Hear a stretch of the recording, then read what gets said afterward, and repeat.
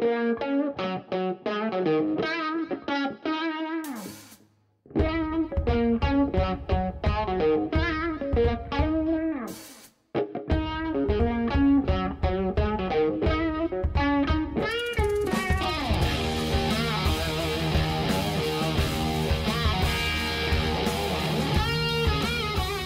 everybody, and welcome inside Purple Raider Sit-Down here on 91.1 WRMU.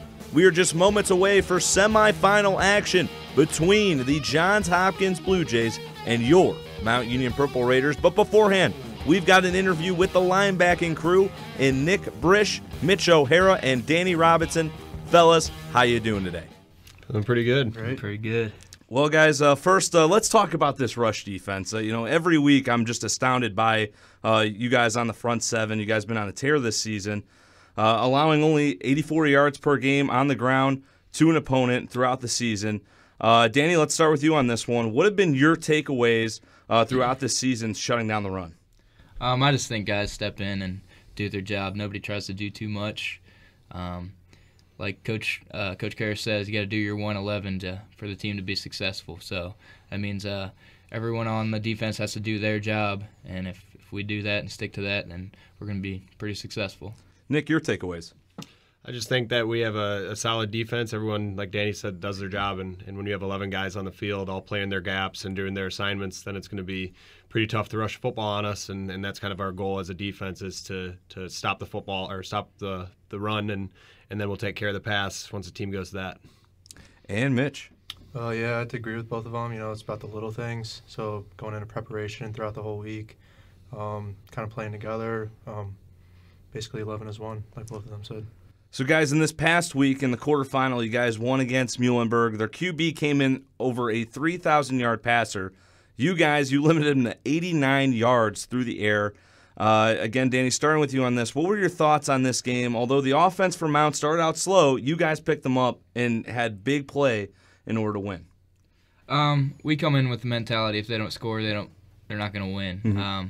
They scored last week, but I think the guys on the back end, Austin White, Gabe Brown, Lou Berry, Trevor Cox, Jalen, they all came in. They came in prepared, and they knew what to expect from that quarterback. He was a great quarterback, but I think they handled it well. We had a great week in practice last week, and I think it showed on Saturday. Nick, for you. Yeah, I just think it definitely shows kind of how the experience of our secondary. We had guys that have been in the scenarios before, and they came in looking to have a good game against a really good quarterback. Mm-hmm. And it kind of showed that our whole defense kind of came together as one, and everyone did their job, and the secondary played outstanding, in my opinion. Mitch? Yeah, I agree. The secondary stepped up against their quarterback. Every team now is going to be making plays, so them staying poised, us staying poised, playing together is really key this late in the season. Danny, we have seen you progress on the field since freshman year. You have started every game since 2016. Talk about your progression. What was your point of emphasis each year to keep improving as a player and a teammate? Really just doing what the coaches say, buying into the game plan every week. The coaches here develop young guys like you're seeing in Mitch right now. Mm-hmm. He's been playing a lot of games, and he's going to play a lot of games in his career.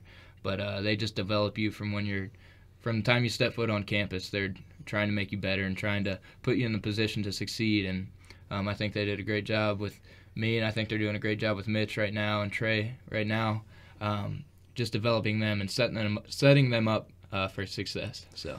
Nick, looking back to last season, we saw you step up in a big way for this defense in the team's national championship playoff run. You earned Stag Bowl MVP honors, only the second defensive player ever to do this. Talk about your season last year. What did receiving this honor mean to you? Definitely meant a lot. There's guys in front of me that I would play behind, like Brian Groves, Kenny Wilder, and really like learning from them and kind of how they would play the game when they were the starters. And then when unfortunately Brian went down, he was still right in my corner, basically acting as a coach for me. And then going into the national championship game, it was just we were there to win a national championship, and I was definitely happy to win the honors, but I was just more happy for the team and the fact that we brought home a 13th national championship.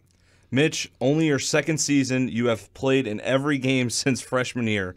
This year we see you as a starter. A great season so far, 73 total tackles, 4 sacks, and a pick. Discuss that jump from high school ball to college ball and how you were able to make an impact at the college level so quickly. Well, going back to high school, I think that helped out a little bit, playing our high caliber teams in high school. But making the switch was more mental for me. There's a lot more studying film, a lot more like push myself harder. I think these guys do a great job, especially Danny and Brish being captains. They push me every day along with the other teammates that are out there. So, just trying to be my best on and off the field has really helped me out making that transition. Danny, you were named as one of the semifinalists for the Gallardi Trophy. Talk about that process and what did being named a semifinalist mean to you? That means a lot. That's a high honor. A lot of Mount guys have won it in the past. Wanted to bring it home, but didn't work out. But it's an honor that Coach Karras and Lenny nominated me for that, and that I was in the running for that. We have a lot of great athletes on our team on the offensive side and defensive side that could have got nominated for that, and really could have represented Mount Union well. But it's just an honor to be in the semifinalist for that, and thank you everyone for that voted for me. Nick, you're a team captain along with Danny for this Purple Raider unit. What was your main focus coming into your senior season? Really just coming in, trying to be the best possible leader that I could, and in the core group of captains that we have, just kind of come in and lead the team the way that we think it should have been led. We've seen over the years through great players that have been here how successful teams are led. And really the goal of that was just to kind of hold our standard to teams that have won the national championship in the past, and really hold guys accountable on the team each and every week, and hopefully get the best performance out of everybody that we could. Mitch, for you, named to the All-OAC second team this season, being part of a dominant front seven, what did that honor mean for you this season? It meant a lot. A lot of other guys on our defense and offense won first OAC, second OAC, honorable mention. So I think guys have to go, like, for me personally, like the front guys, the defensive linemen, they basically take on the linemen for us, so I'm free to make tackles. So shout out to them. But it means a lot. It motivates me to work even harder. Nick, you come from Brighton High School in Michigan, same school as offensive tackle Brendan Klaus, who mentioned that you were a major reason why he came here to Mount Union. What got you here to the University of Mount Union? Well, back when I got recruited, Coach Dan Allen was the guy that was recruiting in Michigan, and I think he's up at Buffalo coaching now. And really I was just looking for another opportunity to play football. And it kind of worked out that I was kind of more leaning towards wrestling, and then all of a sudden out of the blue, I heard of Mount Union. Coach Dallin came and talked to me a little bit, took a visit, and then kind of saw the tradition and everything that's here in terms of winning and wanting to be great. And it definitely just swayed me, and I wanted to play another 4 years of football. Mitch, from St. Edward High School up in Lakewood, Ohio, near Cleveland. State champions in football this season. We were talking before the interview. Mitch, you won 2 championships as well at St. Ed's. What got you here to the University of Mount Union? Well, when I was looking around for colleges, Coach Kappas was one who came in and recruited me. And, just kind of, it felt right when I visited here. And it's just I want to be on a winning team, and it pays to win, so I want to work hard, and I wanted to prove everyone that I'm able to play at another high caliber college football team, and that's why I chose Mount Union.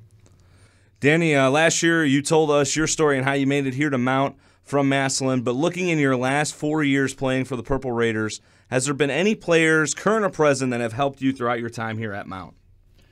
Yeah, there's been a lot of guys that have helped me through the years. Last year, 3 of my best friends were Charlie Deere, Brian Groves, and Ryan Fitzpatrick. I still keep in touch with those, talk to those guys every day. But through the years, just the senior classes have been above and beyond what I ever expected. That's such a difference from college to high school. Is these senior guys really just they take it upon themselves to kind of push you to be the best, and they kind of expect the best out of you, and they kind of instill what it's like to be a Purple Raider and what you need to do day in and day out to be successful, and just continue to bring championships to Mount Union. So really just throughout the years, the senior classes have been great, and we just try to continue that on. So, guys, one more game until reaching the Stag Bowl for a second consecutive year. You guys are also trying to become back-to-back champions for the first time since winning in 05 and 06 for this program. You play the #1 total offense in Division III football in the Johns Hopkins Blue Jays here today. Nick, starting with you on this question, what will be the keys to victory? I think definitely being physical is going to be one of them. This is definitely one of the best offenses I think we've even seen here in our 4 years. They got great skilled position, good O-line, and for us, we're just going to have to be physical and come out and stop the run and then stop them in the pass too. Just any goal of all defenses. Danny, for you. Like you said, it's hard to repeat here. We haven't done it 05, 06, but we can't get complacent. I think we've done a great job of that in the offseason. Haven't got complacent, but I think if defense does their job, shuts down their big playmakers, they have a few on their offense that can make plays and some real good athletes over there. But I think if everybody just does their job and just buys into the coach's game plan, I think we'll be fine. I think the offense is well prepared as the defense is. So if we just go out there and execute, I think we can punch our ticket to Texas. Mitch, your thoughts on the keys of the game here today against Johns Hopkins? We'll start earlier this week with practice. I think so far we had a good week of practice and preparation. All of us know that they're good. They're going to make plays. We're going to make plays, so we got to stay poised. Basically, everyone working together as one. We got to set the tone early. Main focus, stop the run, and then stop the passing, and I think we'll be all right. Danny and Nick, you saw these guys back in 2016 in Baltimore. That game was an absolute thriller up until the clock hit 0. Danny, from what you've seen in film this week, is there anything different that this current Blue Jays team offers rather than what it offered back in 2016? I just think this year they have better athletes. I think they're a better team this year than we saw back then, and it was a 7-point game back then. So, but I think our defense has matured since then. I think our offense has matured since then. A lot of guys have a lot of experience since then, and I think we have the ability to hang with them, and I think we can come out with a win if we just all execute. And Nick? Yeah, I think there are some similarities between this year and back 2 years ago, but like what Danny said, they're a good team. They grew up a little bit over these couple of years and definitely have some guys that have stepped into big roles. But we have too. There's a lot of new faces that are going to be out on the field. And really it's just going to come down to who can execute better. And I think if we execute like what we have been all week in practice, then we'll come out and be just fine. So, guys, obviously with the semifinal round coming up here today at Mount Union Stadium, obviously ESPN3 will be here. You guys will be on national TV. You look also, this is the first semifinal game back at Mount Union Stadium since a couple years back when you guys hosted Whitewater. Now you guys have another home game. Nick, starting with you, how excited are you to get on that field and begin the semifinal round? Oh, definitely excited. We're looking to go out and play a great game in front of a great crowd and against a great team. Johns Hopkins, like I said, they're one of the last 4 teams left, so they're a good team and they can go out and make plays and win games, and we're just looking to go out there and execute in front of our home crowd and play with a lot of energy. Danny, for you? I just think this is our last game here in Alliance as seniors. Yep. That's enough motivation in itself. We want to go out. We don't want this to be our last game. Mm-hmm. So we're going to leave it all out there. Play with max effort every play for the whole game until the clock's hit 0, and hopefully we're in the locker room celebrating and getting ready to go to Texas. Mitch, for you, first home game as the semifinal. What are you thinking right now before game time? I definitely want to give these seniors a good last home game to remember, punch that ticket to Texas. So we want to go out with a win. Obviously, I'm going to play hard, and I know everyone else on the team will play hard. Guys, I want to touch on this defense. It seems that this program always stresses the importance of defense, and rightfully so. For you guys in the front 7, it's almost as if it's a front 8 with the play of Lewis Berry this season. Nick, starting with you at your linebacker spot, more of the spur. Does your job become a little bit easier when the defense assigns to blitz a player like Lou Berry? Yeah, when you have a great player like Lou on the field, it definitely draws a lot of attention from the offensive side. So Lou is such a focal point of our defense that teams are going to have to prepare for him. And especially, by the way, the guy's been playing this year. He's a dangerous guy on the field. And with him out there making plays, sometimes he can open up for some other people to make plays if teams are focusing on him too much. So Lou just does what he does best, which is prepare every week like it's a national championship week, and it shows by his play. Danny, for you, about Lewis Berry's play this season? Lou Berry's an unreal athlete. You think you have him beat, but I promise you don't. He has a speed that he can come back from anything. You could have him beat by 10 yards, and he's probably going to chase you down and make a play. And that just shows in his preparation. He takes care of his body. I've never met someone that takes care of his body as much as Lou does. He lives in that training room and lives in. He's an amazing athlete, and it doesn't surprise me because all of the work he puts in on and off the field. So he's really something, and it's a once in a lifetime athlete that I've seen that is an all-time great here at Mount Union. He's by far the best athlete I've ever played with on the field. You know, like both of them said, he does the little things right on and off the field.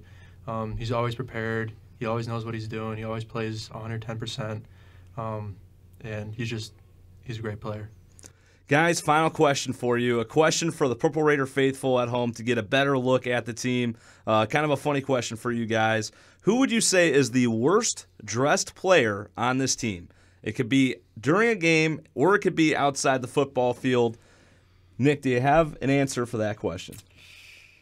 I mean, I would probably say Austin White. The guy just I don't know what he's doing on and off the field, but he's probably gonna have to figure something else out. Danny. I'm gonna have to go with Lou Berry. I think Cecil Short said it best when he tweeted at Lou, and Lou has no swag on the football field. He thinks he does, but that ain't it, Lou. Mitch, what about you? I'm gonna have to say Josh Petroselli. Petroselli? Off the field, yeah. You know, it's just not going for him.